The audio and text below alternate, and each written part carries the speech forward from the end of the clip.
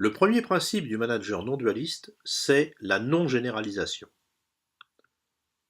Quelque part, c'est un peu dommage, car la généralisation est un procédé bien pratique pour, en apparence du moins, se simplifier la vie et gagner du temps. En généralisant, on range rapidement les situations, les personnes et les relations dans des catégories assez vastes et assez vagues qui peuvent être appliquées à tout ce qui arrive ensuite. Généraliser, c'est considérer que l'observation de quelques cas permet d'établir une théorie à la valeur universelle. Ainsi, si ma connaissance de l'industrie se limite à celle de la sidérurgie des années 80 en Inde, je ne pourrais pas imaginer une usine qui ne soit pas sale, bruyante et polluante. Pourtant, de telles usines existent bel et bien. Lorsqu'une situation nouvelle se présente, le manager qui généralise se souvient d'une autre situation, plus ou moins ressemblante, et applique à ce qui est en train de se passer ce qui lui avait si bien réussi dans la précédente. Cette façon de procéder naturelle a au moins deux gros inconvénients.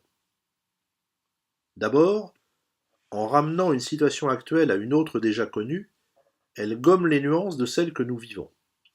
Elle appauvrit notre vécu et diminue la richesse de ce qui nous arrive.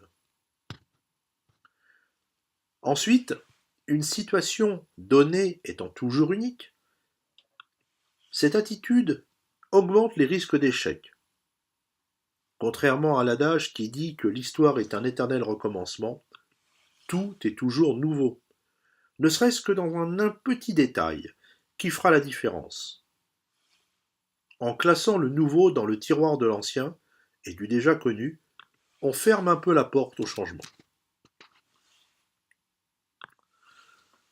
Voyons maintenant comment apprendre à ne pas généraliser, ou du moins à généraliser le moins possible.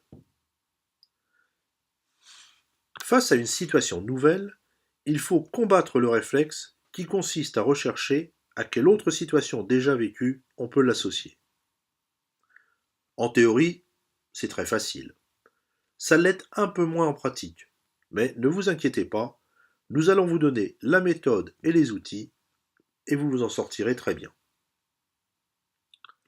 Il s'agit tout simplement de rechercher en quoi cette situation nouvelle est différente des autres qui, vues de loin, lui ressemblent. Ce questionnement porte un nom savant, la partition des concepts. La partition des concepts consiste à se poser, à propos des situations relationnelles, de multiples questions afin de préciser du mieux possible le contexte et le contenu de la relation. Et chacune de ces questions appelle à son tour des précisions comme un arbre que l'on développe.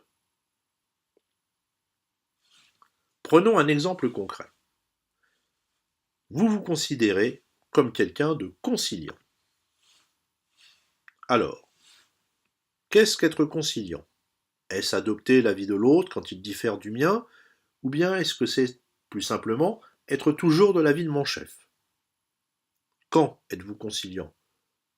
Étiez-vous conciliant ce matin? L'êtes-vous plutôt en fin de journée quand vous êtes fatigué ou tous les jours? Pourquoi êtes-vous conciliant? Pour avoir la paix? Pour être apprécié? Parce que vous considérez que vos opinions ne valent pas un clou? Ou tout simplement pour mieux manipuler celui en face de qui vous êtes? Avec qui êtes-vous conciliant? La famille? Les amis? Les collègues? Les collaborateurs? Les chefs? Comment? Vous contentez-vous de sourire? Ou bien est-ce que vous félicitez l'autre pour sa clairvoyance? Quand vous aurez terminé l'exercice, vous constaterez que vous n'êtes pas conciliant tout le temps, en tout lieu et avec tout le monde, mais seulement dans certaines circonstances précises. En vous déclarant conciliant, vous étiez dans le secteur de la carte, et maintenant, vous vous rapprochez du territoire. Ne pas généraliser vous permet d'identifier, dans une situation, ce qu'il y a de nouveau, de différent. Ce sont ces nouveautés et ces différences qui sont, le plus souvent, d'efficaces leviers de changement.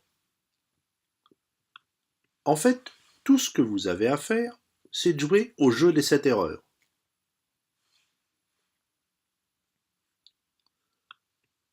Pour conclure, la généralisation est un piège tentant dans lequel il est facile de tomber. Mais ne pas généraliser, nous l'avons vu, est assez simple, même si ce n'est pas très naturel. L'histoire ne se répète pas. On ne vit pas 2 fois la même situation. Pour identifier les différences, les nouveautés, il faut s'interroger. Et pour faire savant, nous dirons qu'il faut partitionner les concepts.